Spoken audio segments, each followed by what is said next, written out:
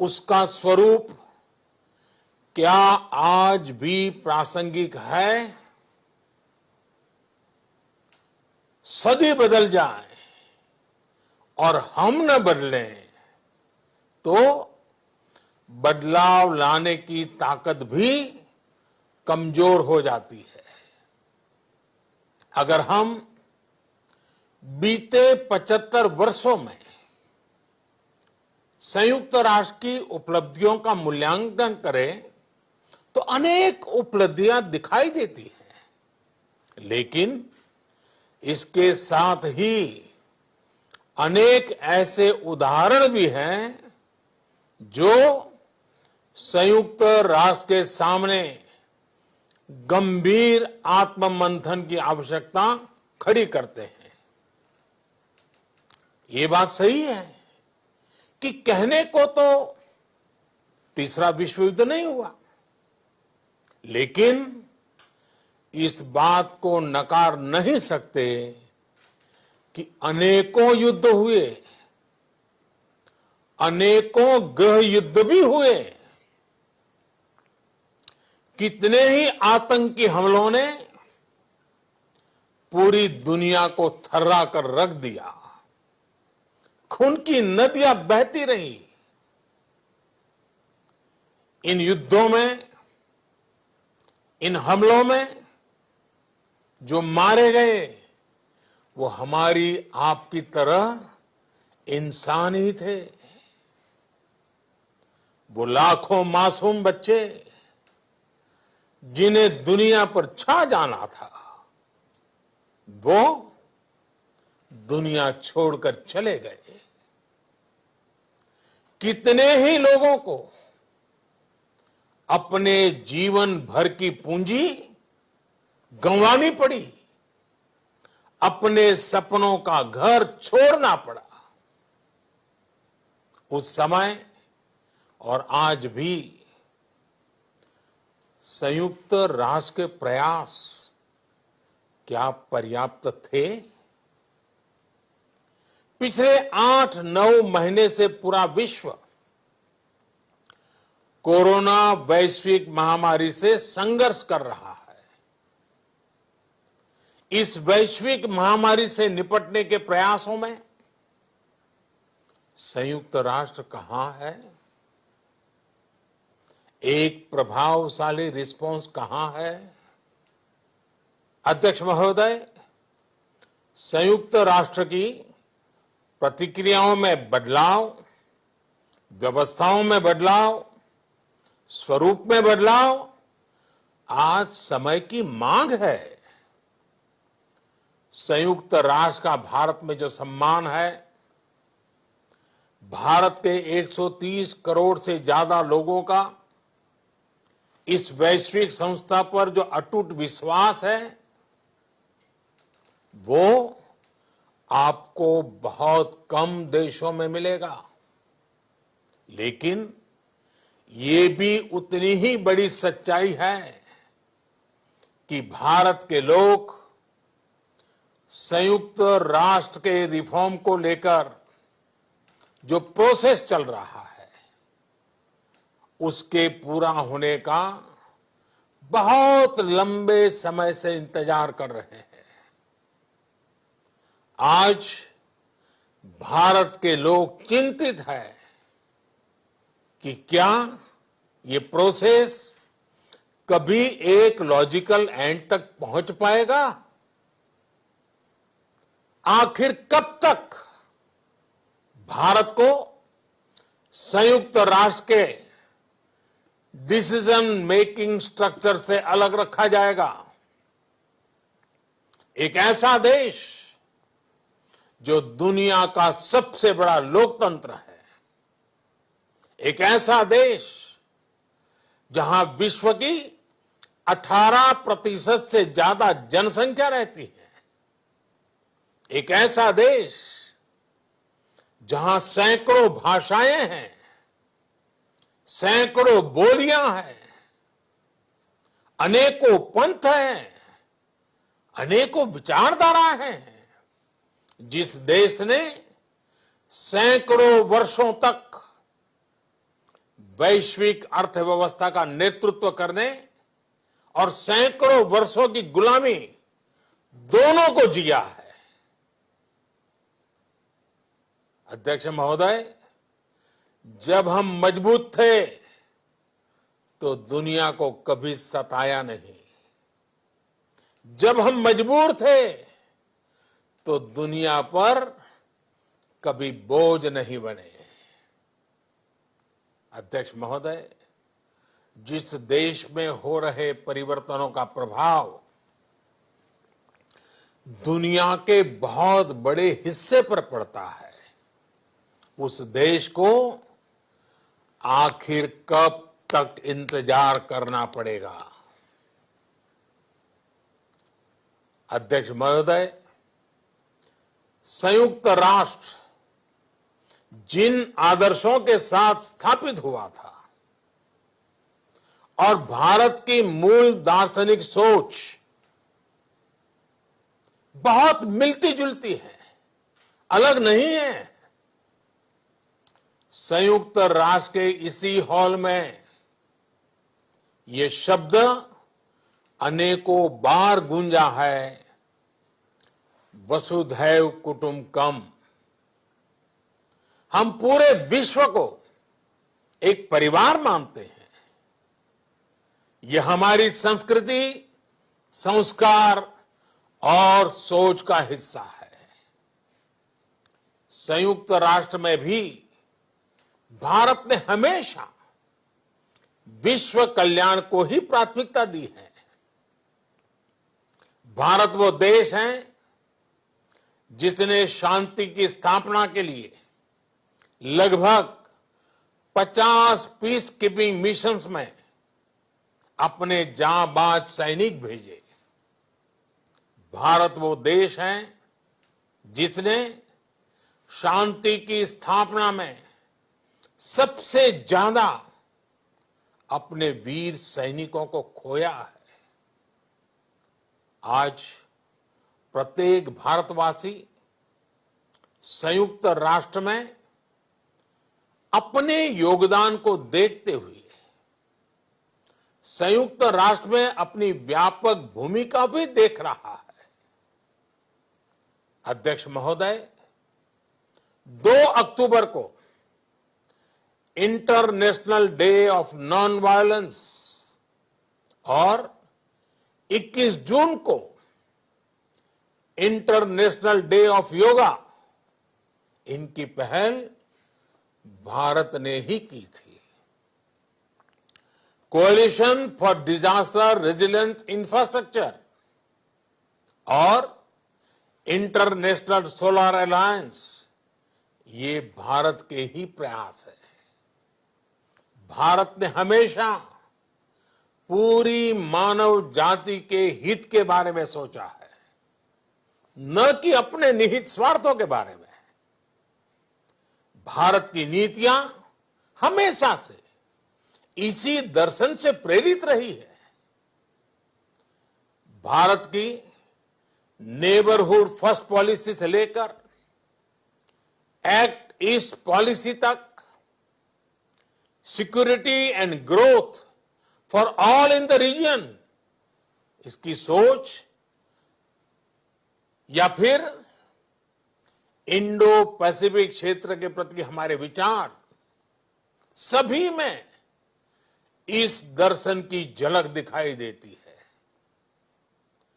भारत की पार्टनरशिप का मार्गदर्शन भी यही सिद्धांत तय करता है। भारत जब किसी से दोस्ती का हाथ बढ़ाता है तो वो किसी तीसरे के खिलाफ नहीं होती। भारत जब विकास की साझेदारी मजबूत करता है तो उसके पीछे किसी साथी देश को मजबूर करने की सोच नहीं होती। हम अपनी विकास यात्रा से मिले अनुभव साझा करने में कभी पीछे नहीं रहते। अध्यक्ष महोदय, पैंडेमिक के इस मुश्किल समय में भी भारत की फार्मा इंडस्ट्री ने 150 से अधिक देशों को जरूरी दवाइयां भेजी हैं। विश्व के सबसे बड़े वैक्सीन उत्पादक देश के तौर पर आज मैं वैश्विक समुदाय को एक और आश्वासन देना चाहता हूं। भारत की वैक्सीन प्रोडक्शन और वैक्सीन डिलीवरी क्षमता पूरी मानवता को इस संकट से बाहर निकालने के लिए काम आएगी। हम भारत में और अपने पड़ोस में फेज 3 क्लिनिकल ट्रायल्स की तरफ बढ़ रहे हैं। वैक्सीन की डिलीवरी के लिए कोल्ड चेन और स्टोरेज जैसी क्षमता बढ़ाने में भी भारत सभी की मदद करेगा। अध्यक्ष महोदय, अगले वर्ष जनवरी से भारत सुरक्षा परिषद के अस्थायी सदस्य के तौर पर भी अपना दायित्व निभाएगा। दुनिया के अनेक देशों ने भारत पर जो विश्वास जताया है, मैं उसके लिए सभी साथी देशों का आभार प्रकट करता हूं। विश्व के सबसे बड़े लोकतंत्र होने की प्रतिष्ठा और इसके अनुभव को हम विश्व हित के लिए उपयोग करेंगे। हमारा मार्ग जन कल्याण से जग कल्याण का है। भारत की आवाज हमेशा शांति, सुरक्षा और समृद्धि के लिए उठेगी। भारत की आवाज मानवता, मानव जाति और मानवीय मूल्यों के दुश्मन आतंकवाद, अवैध हथियारों की तस्करी, ड्रग्स, मनी लॉन्ड्रिंग के खिलाफ उठेगी। भारत की सांस्कृतिक धरोहर, संस्कार, हजारों वर्षों के अनुभव हमेशा विकासशील देशों को ताकत देंगे। भारत के अनुभव, भारत की उतार चढ़ाव से भरी विकास यात्रा विश्व कल्याण के मार्ग को मजबूत करेगी।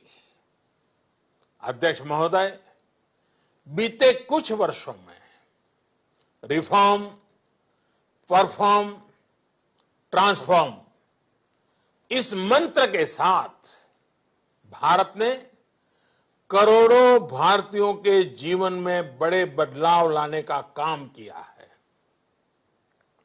यह अनुभव विश्व के बहुत से देशों के लिए उतने ही उपयोगी हैं जितने हमारे लिए।